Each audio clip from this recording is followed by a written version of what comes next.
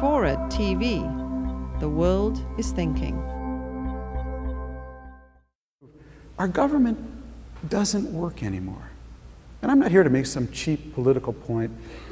This is really serious. We have a government, we're literally living through it in a moment right now that cannot solve any big multi-generational problem anymore.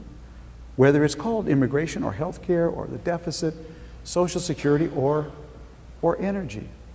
And what's blown me away on my book tour, this is the third week and I've been traveling all over the country. I've come back from this book tour with a wallet full of business cards.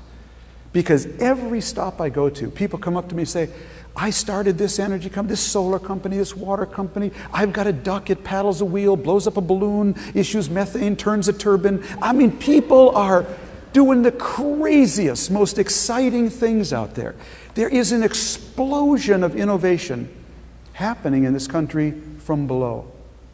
But we don't have a government, I believe, that is maximizing and nurturing that innovative prowess to give us what we need at scale.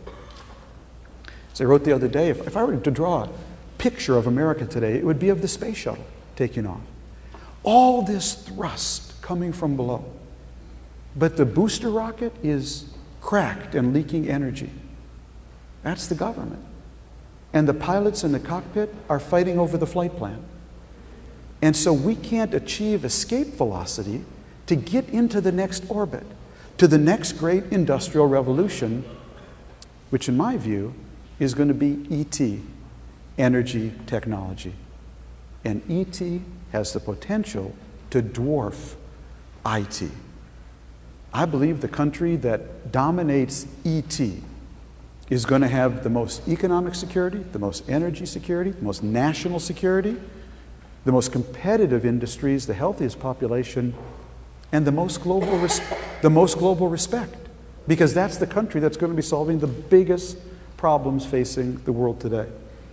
What I'm going to talk about is why that country has to be the United States of America. It has to be. But to do that, what red was for America in the 1950s and 60s, anti-communism, this all-encompassing symbol of organizing our highways, our roads, our defense, our military, our science, what red was to America of the 50s and 60s, I think green needs to be to America today. Unfortunately, we've gone from red to code red, and what we need to do is to go from red to code green. And that's what this book is really about.